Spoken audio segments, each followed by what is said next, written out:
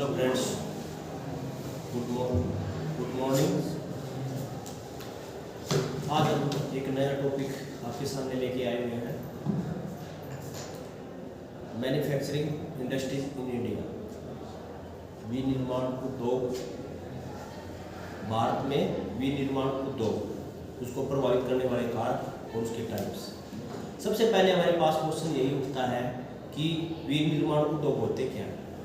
विनिर्माण उद्योग जब हमारे पास एग्रीकल्चर से प्राइमरी रॉ मटेरियल, एग्रीकल्चर से हमारे पास रॉ मटेरियल के रूप में प्राइमरी प्रोडक्शन आ जाता है, वो हमारे डायरेक्ट सीधा हम यूज नहीं कर पाते, उसको हमारे को चेंज करना पड़ता है, यूजफुल आइटम के लिए चेंज करना पड़ता है। जैसे कि मान लीजिए आप एग्रीकल्चर से आपने sugar cane, cotton raw material के रूप में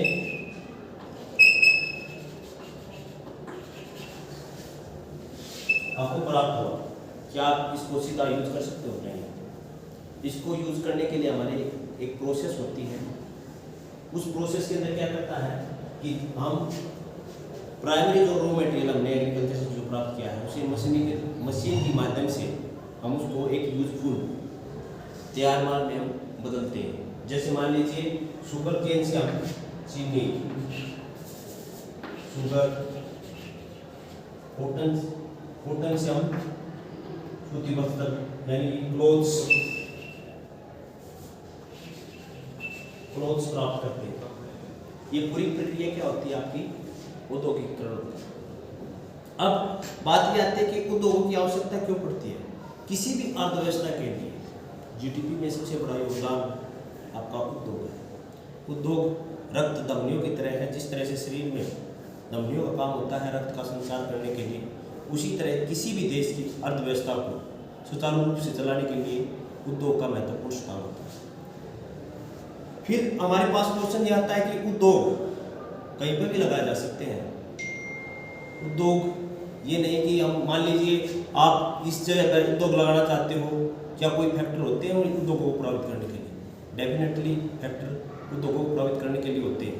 सबसे पहले जो उद्योगपति है वो उन फैक्टर का निर्धारण करता है। वो फैक्टर कौन कौन से होते हैं? दो तरह के फैक्टर होते हैं। एक तो होता है जोग्राफिकल फैक्टर, एक होता है non geographical factor.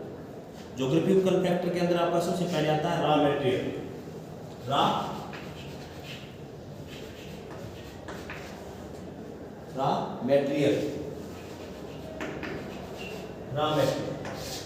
Raw material किसी भी उद्योग एक चुंबक की तरह काम करता है, काउंटर इफेक्ट का काम करता है। जहां पर रॉ मटेरियल पर्याप्त मात्रा में होता है। रॉ मटेरियल भी दो तरह के होते हैं, एक होता है हैवी रॉ मटेरियल, एक होता है light raw material. Heavy raw material के अंदर पूंजीपति हमेशा ये देखता है ज़्यादा बेनिफिट कमाने का प्रयत्न करता है। पूंजीपति का मुख्य उद्देश्य है ज़्यादा से ज़्यादा बेनिफिट। वो बेनिफिट किस तरह से काम कन्वर्ट करेगा? क्योंकि वो मिनिमाइज करता है, किसी भी वेजेस को मिनिमाइज करता है। जैसे ट्रांसपोर्ट की कॉस्ट है उसको भी ध्यान में रखता है, लेबर की कॉस्ट को भी ध्यान में रखता है।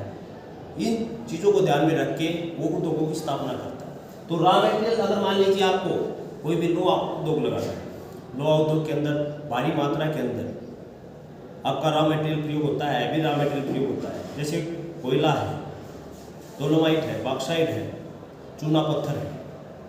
अगर मान लीजिए आपको हरियाणा के अंदर लोहा इस्पात उद्योग लगाना है और यहाँ पर लोहा इस्पात उद्योग के बनाने का जो रॉ मटेरियल है ही नहीं, अगर मान लीजिए आपको छत्तीसगढ़ से रॉ मटेरियल यहाँ पर लेकर आना पड़े तो उसका ट्रांसपोर्ट कॉस्ट कितना होगा?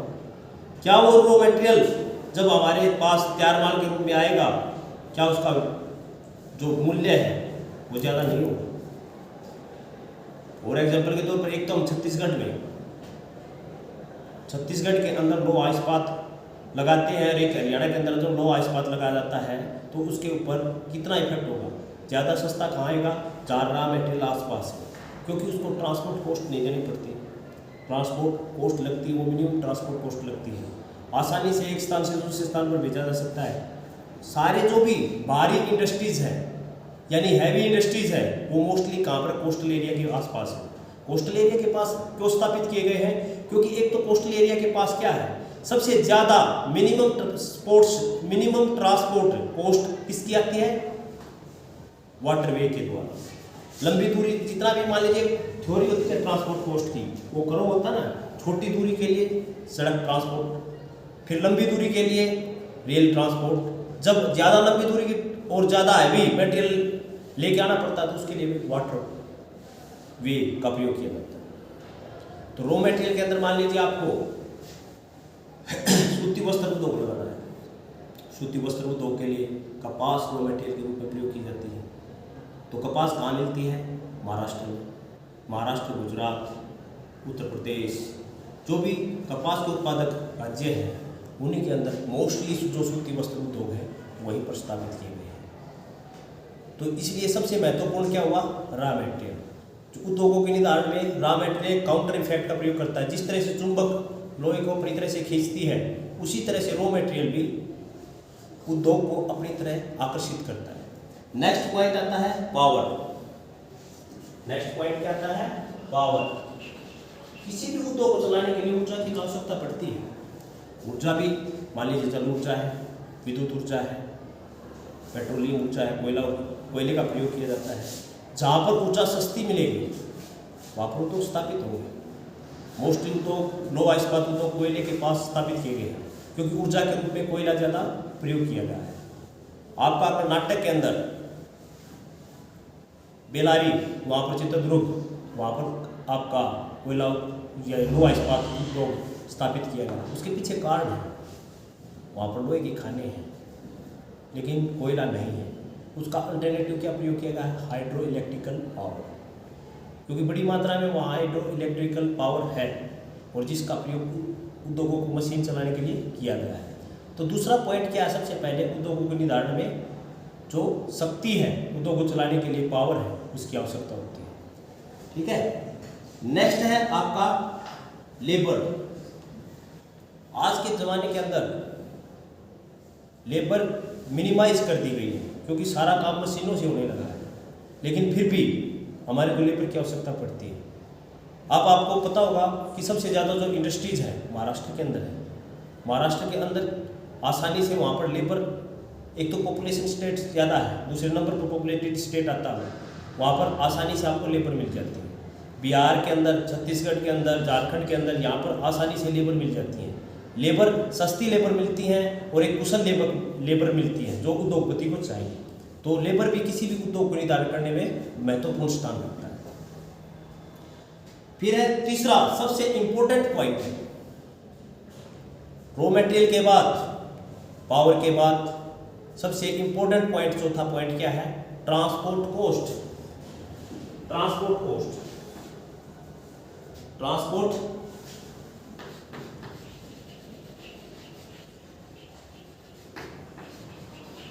ट्रांसपोर्ट। मान लीजिए आपने कोई भी उद्योग लगा लिया, उसके अंदर आपने जो रॉ मटेरियल से उसे तैयार माल भी कर लिया मशीनों की सहायता से, वो जब तक बेकार है, जब तक उसको मार्केट तक, आम कंज्यूमर तक नहीं पहुंचाया जा सके।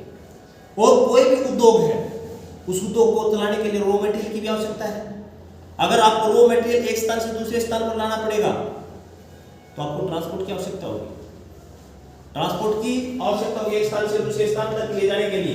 मान लीजिए कोई भी स्थान है, यहाँ पर ए स्थान है और ये बी स्थान है। यहाँ पर ए स्थान पर हमने इंडस्ट्रीज लगाई, तो यहाँ से रॉ मटेरियल यहाँ तक ले जाने के लिए किसी भी वे का प्रयोग किया जाएगा, चाहे वाटर वे हो, चाहे आपका रोड वे हो, चाहे रेल, कोई भी हो, या आपका एयर भी हो सकता है। फिर आपने यहाँ जो माल तैयार किया है उसको बाजार में पहुंचाने के लिए भी ट्रांसपोर्ट की जरूरत होगी। अब उद्योगपति क्या करता है? मोस्टली जो कारखाने हैं, मोस्टली जो हैवी इंडस्ट्रीज हैं, वो सारी कोस्टल एरिया के पास क्यों लगाई गई है? क्योंकि कोस्टल एरिया के अंदर जो बंदरगाहें डेवलप हुई है, उससे तैयार माल को एक स्थान से दूसरे स्थान पर आसानी से भेजा जा सकता है और उसका एक्सपोर्ट करने में भी सुविधा रहती है, क्योंकि वाटरवे के द्वारा आसानी से एक देश से दूसरे देश में भेजा जा सकता है। मोस्टली जो हैवी इंडस्ट्रीज आपकी वो कोस्टल एरिया के अंदर बंदरगाह के पास स्थापित हुई है। अब भारत सरकार ने एक प्रोजेक्ट चला गया है, सभी रोडों को वाटरवे के साथ कनेक्ट करना, बंदरमाला सागरमाला परियोजना, सभी बंदरगाहों को जोड़ना। अगर मान लीजिए सारी बंदरगाहें आपस में जुट जाएंगी तो आसानी से एक स्थान से दूसरे स्थान पर आपका तैयार माल भी पहुंचा जा सकता है, आपका रॉ मटेरियल भी पहुंचा जा सकता है। तो इससे ट्रांसपोर्ट कॉस्ट भी, कोई भी उद्योगपति जब उद्योग लगाता है तो ट्रांसपोर्ट की फैसिलिटी भी देखता है कि ट्रांसपोर्ट की फैसिलिटी सबसे ज़्यादा कहाँ पाई जाती है, क्योंकि ट्रांसपोर्ट फैसिलिटी के ऊपर ही डिपेंड होता है उद्योग का चलना बंद होना, यानी सक्सेस होना, उद्योग का सक्सेस होना ट्रांसपोर्ट के ऊपर ही डेवलप हुआ। तैयार माल, मान लीजिए आपने हरियाणा के अंदर कोई उद्योग स्थापित कर लिया और आपको रॉ मटेरियल बाहर से लाना है, अगर ट्रांसपोर्ट फैसिलिटी नहीं होगी तो क्या आपको वहाँ मटेरियल प्राप्त होगा? अब वो तैयार माल है, कहीं पहुँचाना है, ट्रांसपोर्ट फैसिलिटी के द्वारा ही पहुँचाया जाएगा। नेक्स्ट जो पॉइंट है वाटर। अब वाटर भी किसी भी उद्योग के संचालन, सभी प्रकार के उद्योगों के संचालन के लिए कुछ उद्योगों में वाटर की सबसे ज़्यादा जरूरत होती है। आपको कि सर वाटर की जरूरत क्यों होती है? क्योंकि बेटा लोहा बनाने के लिए भी हमारे को वाटर की जरूरत पड़ती है। ऊर्जा के रूप में भी हमें हाइड्रो इलेक्ट्रिसिटी का प्रयोग करते हैं। दूसरी बात क्या है, सूती वस्त्र उद्योग में तो सबसे ज़्यादा वाटर का प्रयोग किया जाता है। कैसे किया जाता है वो ये इस तरह से किया जाता है क्योंकि कपड़े को धोने और रंगने तक सारी प्रक्रिया किसके द्वारा की जाती है? पानी के द्वारा। फिर दूसरी बात क्या है, जो सूती वस्त्र उद्योग लगाया गया है उसकी मशीनों को चलाने के लिए मोस्टली हाइड्रो इलेक्ट्रिकल ऊर्जा का प्रयोग किया जाता है। नंबर क्या है? साइट। साइट भी किसी भी उद्योग के प्रभावित करती है। मान लीजिए आपका कोई भी उद्योग है, शीघ्र नष्ट होने वाली वस्तु का उद्योग है, मान लीजिए डेयरी फार्मिंग है। डेयरी फार्मिंग में क्या होता है, दूध लंबी दूरी तय नहीं कर सकता, उसको मार्केट के आसपास ही स्थापित किया जाता है। इसी तरह से एक वान थ्यूरन ने अपना मॉडल दिया था, लोकेशन एग्रीकल्चर थ्योरी। किसी भी फसल को कहाँ पर उगाया जाए, जैसे सब्जी की खेती आपने देखी ना, हमेशा आपके जो मार्केट है उसके आसपास उगाई जाती है क्योंकि वो जल्दी उसमें पहुंचाई जा सकती है, एक ट्रांसपोर्ट कॉस्ट भी कम लगती है। तो साइट का भी सबसे महत्वपूर्ण स्थान होता है। अब मान लीजिए कोई इंडस्ट्रीज है, आपको कोई इंडस्ट्रीज लगानी है, लोहा इस्पात इंडस्ट्रीज लगानी है, तो साइट को आइडेंटिफाई किया जाएगा ना, कहाँ पर मिनिमम ट्रांसपोर्ट कॉस्ट होगी, जहाँ से बेनिफिट ज़्यादा होगा। उसके अंदर डोलोमाइट कहाँ से प्राप्त करोगे, बॉक्साइट कहाँ से प्राप्त करोगे, कोयला कहाँ से मिलेगा, आयरन ओर कहाँ से मिलेगी, सभी की साइट एक निर्धारित करने के बाद ही तो लोहा इस्पात उद्योग लगाया जाएगा। कुछ इंडस्ट्रीज ऐसी होती हैं, फूड यूज इंडस्ट्रीज होती हैं, जिसमें हल्का रॉ मटेरियल प्रयोग किया जा सकता है, जिसको कहीं पर भी लगाया जा सकता है। उसके अंदर जैसे आपकी घड़ी, वॉच है, इलेक्ट्रॉनिकल आइटम है, उनको कहीं पर भी लगाया जा सकता है। उन पर इतनी वेजेज नहीं होती, उनमें बेनिफिट ज़्यादा होता है। उनको उसको बोलते हैं फूड यूज इंडस्ट्रीज, जिसको कहीं पर भी स्थापित किया जा सकता है, जिसमें लो रॉ मटेरियल प्रयोग होता है, हल्का मटेरियल प्रयोग होता है। अब आते हैं क्लाइमेट। ज्योग्राफी में सबसे ज़्यादा इंपॉर्टेंट क्लाइमेट के ऊपर सबसे महत्वपूर्ण ध्यान दिया जाता है। कोई भी उद्योग स्थापित करने के लिए सबसे पहले क्लाइमेट का निर्धारण किया जाता है। मान लीजिए आप जम्मू कश्मीर के अंदर उद्योग लगाना चाहते हो, वहाँ पर पूरा साल तक बर्फबारी होती रहती है, 6 महीने तो बर्फबारी होती ही होती है, तो वहाँ पर इंडस्ट्रीज क्या स्थापित होंगी? फिर क्या है, आप जम्मू कश्मीर के एक पहाड़ी एरिया के अंदर इंडस्ट्रीज लगाओगे, वहाँ पर आपकी कोई फैसिलिटी, आपकी चाहे मान लीजिए रॉ मटेरियल है, पावर है, लेबर है, ट्रांसपोर्ट है, वाटर है, कोई भी अच्छी चीज़ नहीं मिलेगी। क्लाइमेट क्या है, ज़्यादा गर्म जलवायु, ज़्यादा शीत जलवायु स्वास्थ्य के लिए हानिकारक मानी जाती है, पूरी तरह से वर्कर काम नहीं कर पाते। दूसरी बात क्या है, सूती वस्त्र उद्योग है, वो गर्म आर्द्र जलवायु लगाया जाता है, वो मोस्टली कोस्टल एरिया के पास डेवलप्ड है, क्योंकि उसका धागा अगर मान लीजिए गर्म जलवायु है तो धागा टूट जाता है, इसलिए उसको गर्म आर्द्र जलवायु की आवश्यकता होती है। तो किसी भी उद्योग को निर्धारित करने में क्लाइमेट का महत्वपूर्ण योगदान होता है। आपका क्वेश्चन ये आपके माइंड में ये भी चल रहा होगा कि क्लाइमेट में ऐसी क्या बात है। क्लाइमेट ही मानव को आगे बढ़ने का मौका देती है। मान लीजिए आप देखते हैं गर्मी में काम करने का इतना आनंद नहीं आता, ना ही शीत ऋतु में आना जाता। जब बीच का मौसम होता है तो एक स्वास्थ्य में स्फूर्ति रहती है, हम काम करते रहते हैं। तो इसलिए क्लाइमेट भी किसी भी उद्योग को प्रभावित करने में महत्वपूर्ण स्थान निभाती है। अब दूसरी बात आती है, हमने ये ज्योग्राफिकल फैक्टर के बारे में डिफाइन किया है, अब हम नॉन ज्योग्राफिकल फैक्टर को डिफाइन करेंगे। सबसे पहले आती है कैपिटल। किसी भी उद्योग को चलाने के लिए पूंजी की आवश्यकता सबसे महत्वपूर्ण होती है। अगर मान लीजिए आपके पास पूंजी नहीं है, क्या आप इंडस्ट्री डेवलपमेंट कर सकते हो? नहीं कर सकते। और पूंजी किसके पास होती है? पूंजीपतियों के पास। पूंजीपति मोस्टली कहाँ पर रहते हैं? शहरों में रहते हैं। वो अपने उद्योग कहाँ पर स्थापित करना चाहते हैं? शहरों के आसपास स्थापित करना चाहते हैं। और दूसरी बात क्या है, शहरों के आसपास भी, और जहाँ पर जमीन सस्ती मिलती है वो वहाँ पर उद्योग स्थापित करना चाहते हैं। गवर्नमेंट पॉलिसीज, अब गवर्नमेंट का तो महत्वपूर्ण रोल ही होता है किसी भी उद्योग को स्थापित करने के लिए, क्योंकि सारी फैसिलिटीज़ हैं आपकी। एक उद्योगपति को जितनी भी फैसिलिटीज़ हैं, आपकी ट्रांसपोर्ट की फैसिलिटी, आपकी पावर की सप्लाई और आपका लेबर, ये सभी गवर्नमेंट प्रोवाइड करती है। गवर्नमेंट का मेन थ्रस्ट होता है स्टेट की भलाई के लिए कार्य करना। मैंने पहले ही बताया है, किसी भी उद्योग को लगाया जाएगा तो अर्थव्यवस्था के में अंदर एक रक्त संचार की तरह धमनी का काम करेगा, जीडीपी में ग्रोथ होगी और ग्रोथ के साथ साथ रोजगार के साधन भी उपलब्ध होंगे। जो किसी भी सरकार का सबसे महत्वपूर्ण मेन एजेंडा होता है, अपने जो भी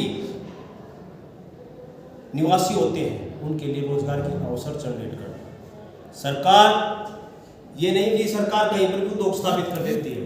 सरकार भी जमीन को देखती है, पॉपुलेशन को देखती है, कहाँ पर बैकवर्ड एरिया है, उस बैकवर्ड एरिया को डेवलप करने के लिए अनेक इंडस्ट्री स्थापित की गई है। आप कहोगे कि किस तरह से स्थापित, बैकवर्ड एरिया के अंदर उसका बेनिफिट क्या होता है? क्योंकि एक बार कोई इंडस्ट्रीज लग जाती है तो उसको अनेक फैसिलिटी उसके आसपास सराउंडिंग एरिया के अंदर जनरेट हो जाती है। उसके लिए जनरेट कैसे होंगी? उसके आसपास आपकी हेल्थ फैसिलिटी भी प्रोवाइड करवानी पड़ेगी, रोड नेटवर्क भी डेवलप करना पड़ेगा आपकी मार्केट भी उपलब्ध करवानी पड़ेगी, बच्चों को पढ़ने के लिए स्कूल भी उपलब्ध करवाने पड़ेंगे। तो इसलिए गवर्नमेंट किसी भी एरिया को इस तरह से आइडेंटिफाइड करती है, कोई बैकवर्ड एरिया है, वहाँ पर क्या है, उद्योगपति को क्या बेनिफिट होता है? क्योंकि वहाँ की ज़मीन सस्ती मिलती है। अगर मान लीजिए आप इंडस्ट्रीज दिल्ली के अंदर लगाना चाहते हो, दिल्ली पहले अर्बनाइज्ड सिटी है, वहाँ पर मूल्य बहुत ज़्यादा मात्रा में मिलते हैं। दूसरी बात क्या, पोल्यूशन की कंडीशन लगती है। मोस्टली इंडस्ट्रीज ऐसी हैं जहाँ पर केमिकल का प्रयोग किया जाता है। केमिकल इंडस्ट्रियों में क्या उसको शहर में लगाया जा सकता है? उसको बाहर लगाया जाता है, क्योंकि उसको एक तो क्या है, इन्वायरमेंट प्रॉब्लम वो इन्वायरमेंट करती है। एक तो शहर में स्थापित करे, एक बाहर स्थापित करे। दूसरी बात क्या है, उसका प्राइस, वहाँ पर शहर में उसका प्राइस ज़्यादा मिलता है, गाँव और बाहर प्राइस लो मिलता है। इसलिए उद्योगपति क्या करता है, उसको प्रोवाइड करता है। और प्रोवाइड कौन करवाता है? गवर्नमेंट प्रोवाइड करवाती है। अभी हमारे हरियाणा के अंदर हरियाणा सरकार ने सिंगल विंडो नाम से उद्योगों के लिए सिंगल विंडो स्थापित की हुई है। सारा काम एक खिड़की पर होगा, तो इससे आसानी से उनको लाइसेंस मिलता है, सारा काम वही हो जाता है और आसानी से वो अपना इंडस्ट्री स्थापित कर लेते हैं। दूसरी बात क्या है, गवर्नमेंट ही उनको सुरक्षा प्रदान करती है। गवर्नमेंट का नैतिक जिम्मेवारी है कि कोई भी इंडस्ट्रीज आता है, उद्योगपति आता है, उसको सुरक्षा प्रदान की जाए, उसकी उद्योगों को सुरक्षा दी जाए, कानून व्यवस्था बनाए रखा। वो सभी क्या है, गवर्नमेंट की पॉलिसीज होती हैं। अब मान लीजिए आपको पता होगा पश्चिम बंगाल के अंदर टाटा एक उद्योग स्थापित कर रहा था, टाटा नैनो की मार्केट स्थापित कर रहा था। वहाँ पर कितना बड़ा बवाल हुआ था, वहाँ से शिफ्ट करके गुजरात लाया। तो उद्योगपति और सरकार के बीच में एक रिलेशन चलता है, उस रिलेशन के आधार पर ही उद्योगों का निर्माण होता है। और सरकार किसके द्वारा बनाई गई है? जनता के द्वारा। सरकार जनता को ध्यान में रखते हुए उद्योगपतियों को आमंत्रित करती है, क्योंकि उससे रोजगार के अवसर चढ़ने होते हैं। अब तीसरी बात क्या है, बैंकिंग फैसिलिटी। किसी भी उद्योग को स्थापित करने के लिए पूंजीपतियों को पैसा भी चाहिए, पैसा देना भी, पैसा जमा भी करवाना चाहिए, तो बैंक की स्थापना भी तो होनी चाहिए ना।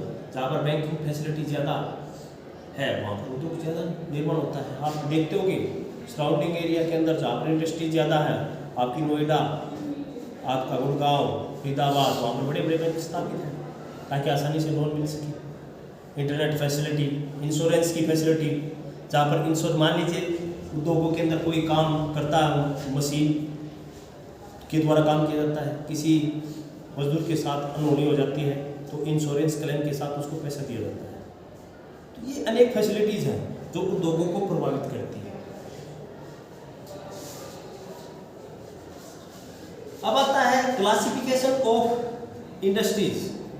क्लासिफिकेशन ऑफ इंडस्ट्रीज के ऊपर भी हमने बताया कि सबसे पहले हम लेबर के आधार पर बांटते हैं।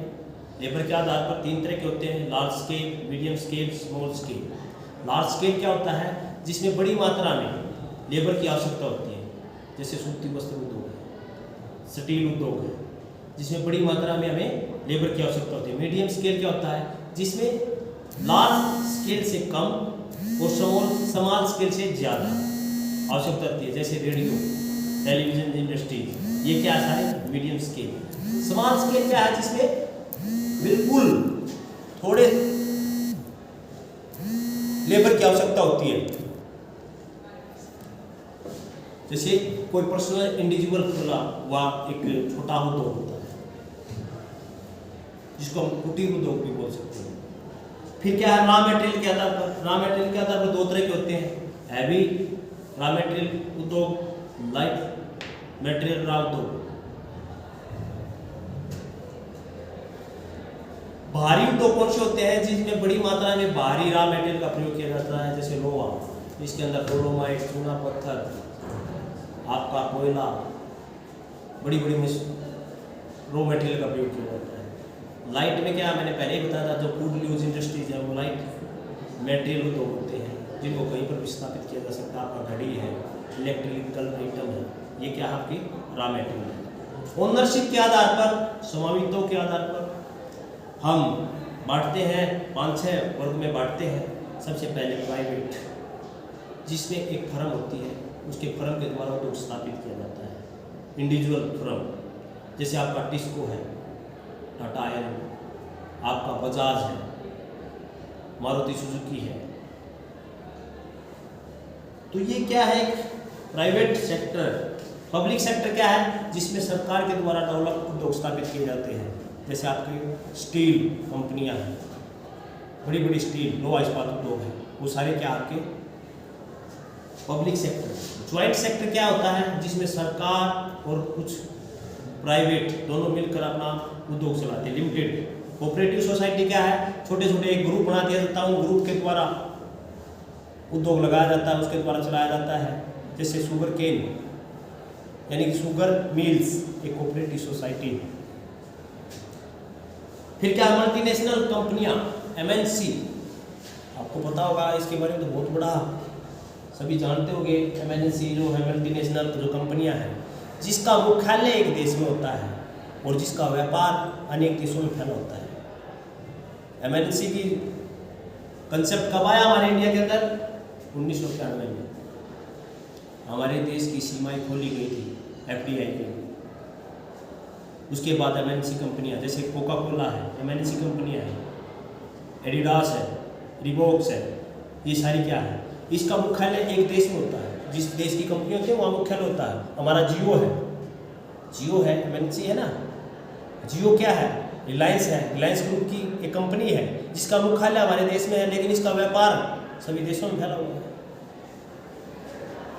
तो आज का टॉपिक इतना ही था। नेक्स्ट टॉपिक हम जल्दी लेके आएंगे। आपका कोई भी क्वेश्चन हो, कोई भी क्वेरी हो, आप कमेंट के माध्यम से पूछ सकते हो। मैं जितनी कोशिश होगी उतनी आपकी रिप्लाई करने का कोशिश करूँगा। धन्यवाद, थैंक यू।